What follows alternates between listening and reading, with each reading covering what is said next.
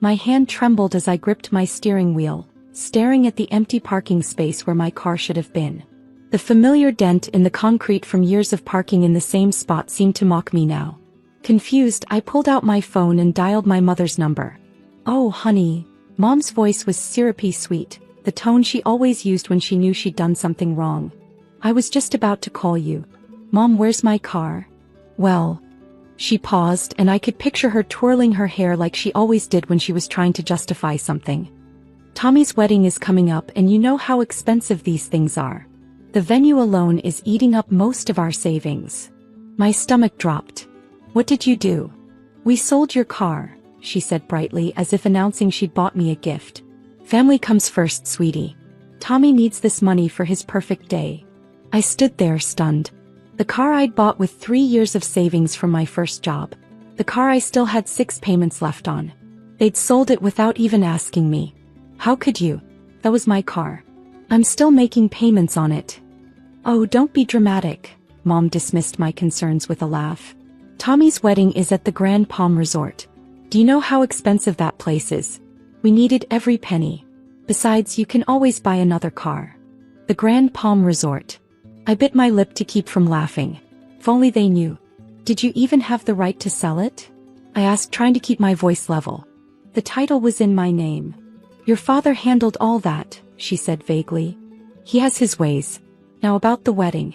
You're still coming, right? Tommy wants everyone there for his special day." Tommy. My perfect older brother who could do no wrong.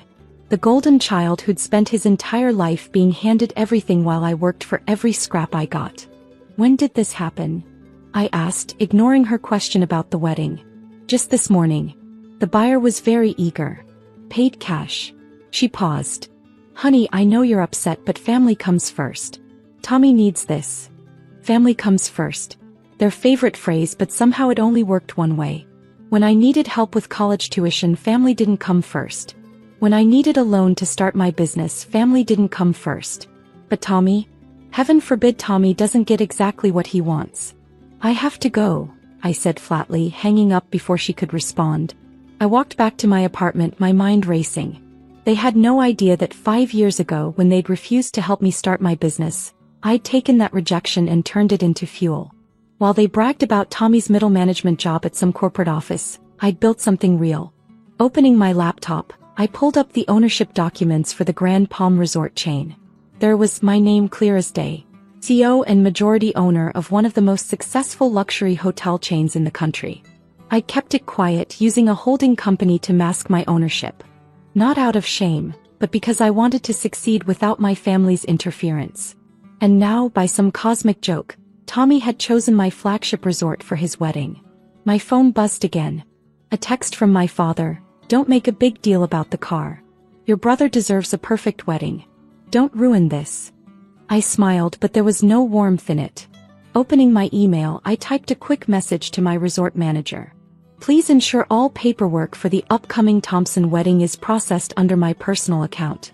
And James, make sure my name is visible on all the documents the bride needs to sign." The response came quickly. "Of course, Ms. Thompson. Everything will be arranged as requested."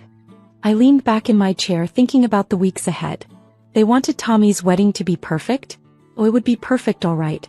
Just not in the way they expected. Let them enjoy their moment.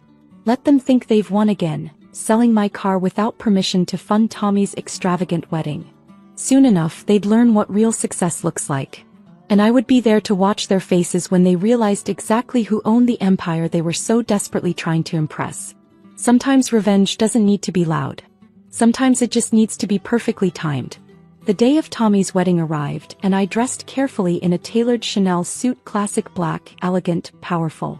The kind of outfit that screams success without saying a word. As I drove my new car, a significant upgrade from the one they'd sold, to the Grand Palm Resort, I couldn't help but smile at the irony. The hotel staff greeted me differently than the other guests, of course. They knew who I was, though they'd been instructed to maintain discretion. "Good morning, Miss Thompson," the valet said with a respectful nod, refusing to take my keys. "Your usual parking spot is available." Walking through my own lobby felt surreal.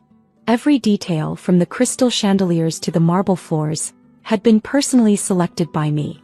Now my family was here, thinking they were somehow special for being able to afford one wedding package. There you are. Mom's voice cut through my thoughts. She was wearing an expensive-looking dress, probably bought with my car money. Why aren't you dressed for the wedding party photos? I glanced at her outfit, then at mine. I am dressed. But you're wearing black. This is a wedding, not a funeral. She sighed dramatically.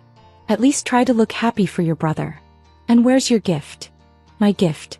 If she only knew. Don't worry about my gift, Mom. I've taken care of it. She pursed her lips but was distracted by Tommy's bride, Sarah, rushing over with a panicked expression. Mrs. Thompson, there's a problem with the paperwork. They're saying we need to resign some documents. Mom's face darkened. What? But we've paid for everything.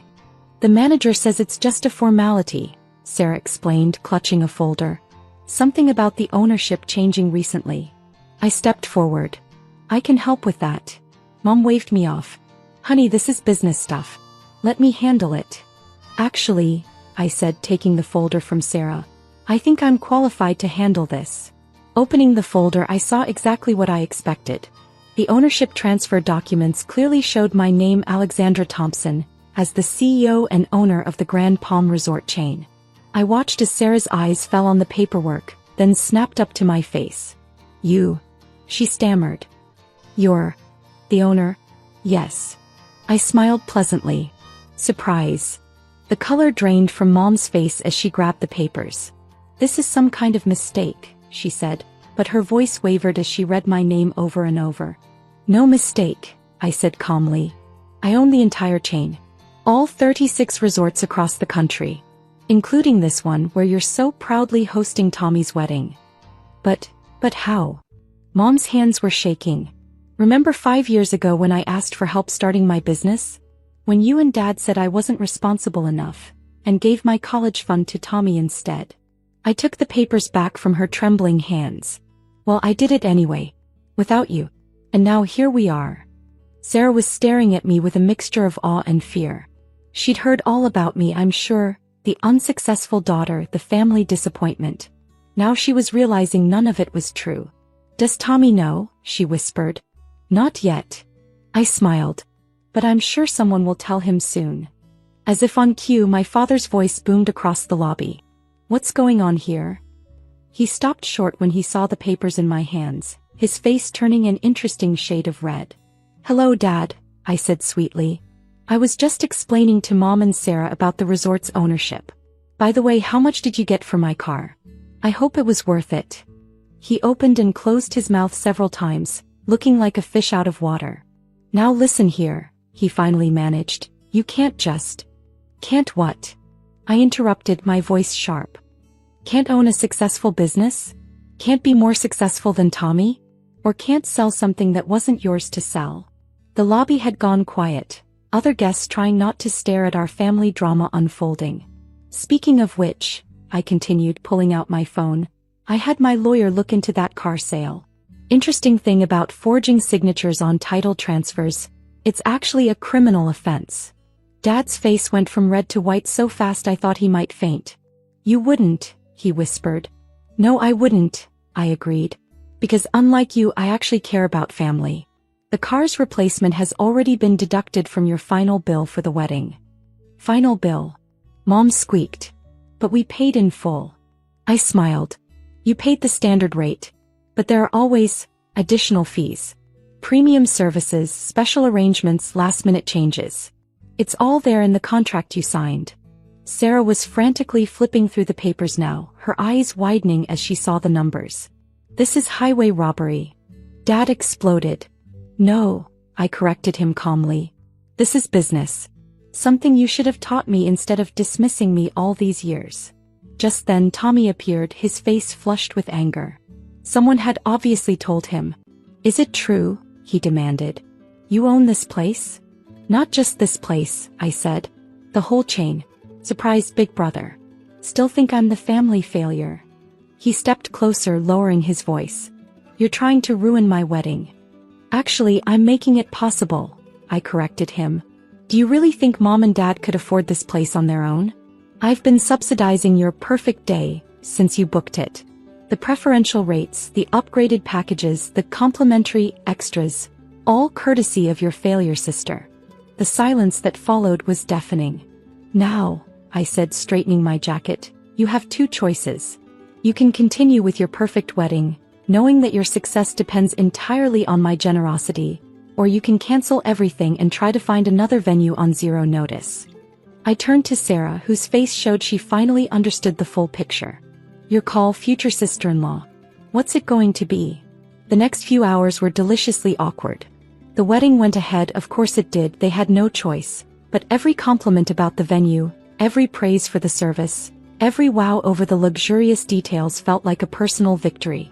During the reception, I sat at my table, sipping champagne and watching my family try to process their new reality.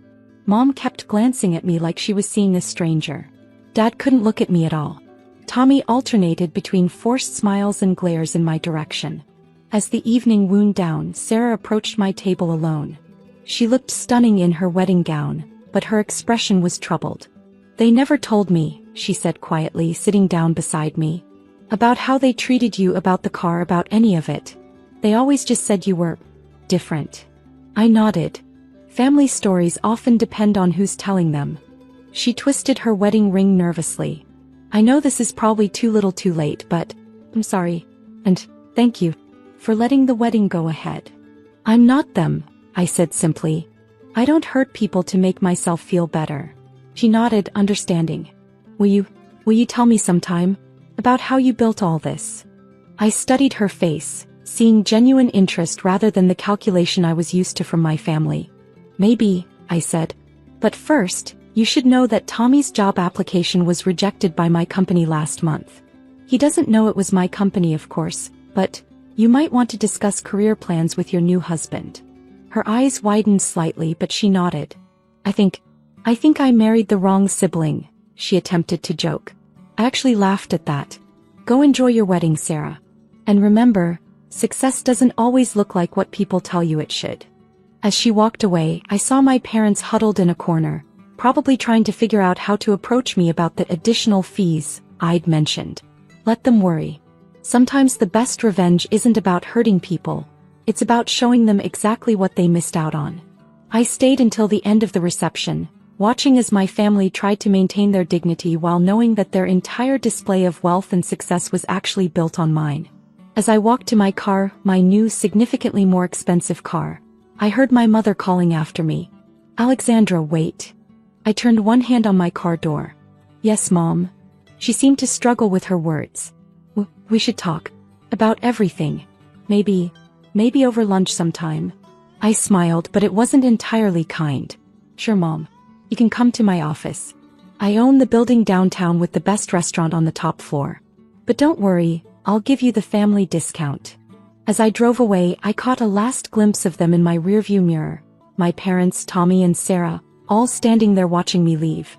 They'd spent years trying to make me feel small, trying to force me into their shadow. But shadows disappear when you shine bright enough on your own. The next morning, I sat in my office reviewing the final bills from the wedding. With a small smile, I adjusted the numbers, removing the additional fees I'd threatened them with. They'd learned their lesson, no need to actually bankrupt them. Besides, success isn't about revenge.